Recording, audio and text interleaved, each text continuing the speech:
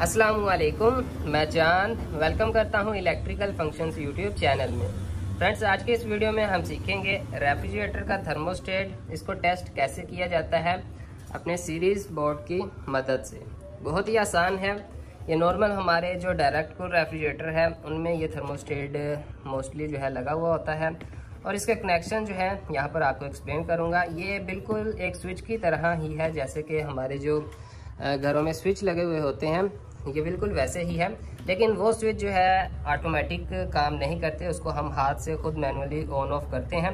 ये जो है अपने सेंसर की मदद से कूलिंग को सेंस करके ऑटोमेटिकली कंप्रेसर को ऑन ऑफ करवाता है। सिर्फ इतना फ़र्क है कि वो मैनुअली हमें ऑन ऑफ करना पड़ता है, और ये जो है ऑटोमेटिकली कूलिंग को सेंस करके ऑन ऑफ कर देते हैं। इसमें टोटली आपको 5 पॉइंट जो है वो देखने को मिल रहे हैं, जिसमें 2 पॉइंट तो सीधे बॉडी के साथ लगे हुए हैं, तो यानी कि ये इसके अर्थिंग पॉइंट है। और इस तरफ अगर हम आएँ तो यहाँ पर आप देखेंगे कि 3 पॉइंट हैं, ठीक है, ये 3 पॉइंट। और यहाँ पर ऊपर आपको नंबरिंग जो है इसकी देखने को मिलेगी, 4 नंबर, 6 नंबर और 3 नंबर, ठीक है। इसमें 3 नंबर जो है हीटर का पॉइंट है। रेफ्रिजरेटर में प्लेट के पीछे एक हीटर लगा हुआ होता है, जो कि आइस ओवर आने पर हीटिंग करके उसको मेल्ट करने में मदद करता है। और 4 नंबर और 6 नंबर जो है इसके मेन पॉइंट हैं, जो कि इसके ऑन ऑफ करने के लिए यूज़ किए जाते हैं कंप्रेसर को। तो ये इसके स्विच के पॉइंट हैं। हीटर को न्यूट्रल डायरेक्ट मिल जाती है, और फेस यहाँ से 3 नंबर से मिलता है। और कंप्रेसर को न्यूट्रल डायरेक्ट मिल जाती है, और फेस इन आप 6 पर भी कर सकते हैं और 4 पर भी कर सकते हैं। तो मान लें कि आपने 6 पर इन कर दिया फेस, और 4 से आपने आउटपुट लेकर कंप्रेसर को दे देनी है। ये इसके कनेक्शन एक्सप्लेन हो गए। अभी इसकी टेस्टिंग हम सीख लेंगे। तो हमने फोकस करना है 6 नंबर और 4 नंबर को। अभी 6 नंबर और 4 नंबर पर हमने कैसे सीरीज की मदद से चेक करना है कि ये थर्मोस्टेट सही है या खराब है, तो ये हम देख लेते हैं। फ्रेंड, यहाँ पर ये क्लॉकवाइज अगर हम इसको मूव करें तो इसकी स्पीड ज्यादा होती है, मतलब नंबर वाइज ये 7 की तरफ जाता है, तो 7 नंबर पर ये फुल स्पीड होती है। और इसको अगर मैं एंटी क्लॉकवाइज पीछे लेकर आऊँ तो ये यहाँ पर एक पोजीशन ऐसी आती है जहाँ पर ये बिल्कुल ऑफ हो जाता है। इस सूरत में कंप्रेसर ऑफ हो जाता है। अभी आपको एक साउंड भी सुनाई देगा जैसे ही इसको मैं एंटी क्लॉकवाइज वापस मूव करता हूँ। फुल अभी मैंने इसको पीछे किया है, ये देखिए यहाँ पर कंप्रेसर ऑन ऑफ था, तो अभी ऑन हो चुका है।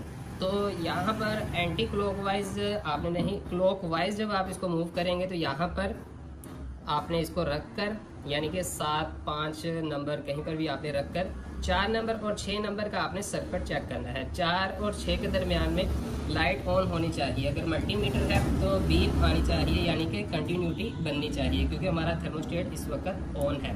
और कूलिंग तो है ही नहीं जो कि ये सेंस करके इसको ऑटोमेटिक करे, इसीलिए इस पोजीशन पर ये अपना जो आपस में सर्किट है वो इसको कंटिन्यूटी देनी चाहिए। तो चलिए मैं अभी अपने यहाँ पर सीरीज की मदद से इसको चेक कर लेता हूँ। अभी पहले देख लेते हैं इसमें, ठीक है। ये 4 और 6 नंबर ये 2 पॉइंट है, ठीक है, लेफ्ट वाले। तो मैं इसको थर्मोस्टेट को यहाँ पर रख लिया, ओके, ये रहा, ठीक है फ्रेंड। तो अभी चेक कर लेते हैं। अभी इसको ऑन होना चाहिए, जी हाँ, ये देखें 4 नंबर और 6 नंबर जो है ये ऑन है, और यहाँ पर ये हीटर का पॉइंट भी ऑन है, ये अभी ऑन है। तो अभी इसको मैं फुल ऑफ कर लेता हूँ।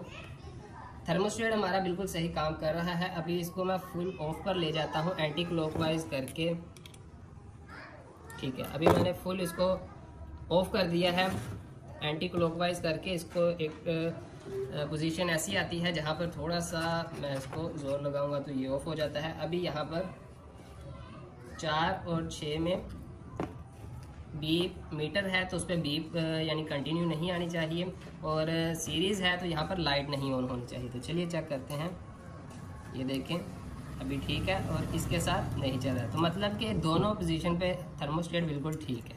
तो ये थी इसकी मुकम्मल टेस्टिंग। आई होप कि आपको वीडियो पसंद आई होगी। अगर आपको वीडियो पसंद आई है तो वीडियो को लाइक करें, चैनल पर न्यू है तो इलेक्ट्रिकल फंक्शंस यूट्यूब चैनल को सब्सक्राइब कर दें। मैं मिलता हूँ अगली वीडियो में। अल्लाह हाफ़िज़।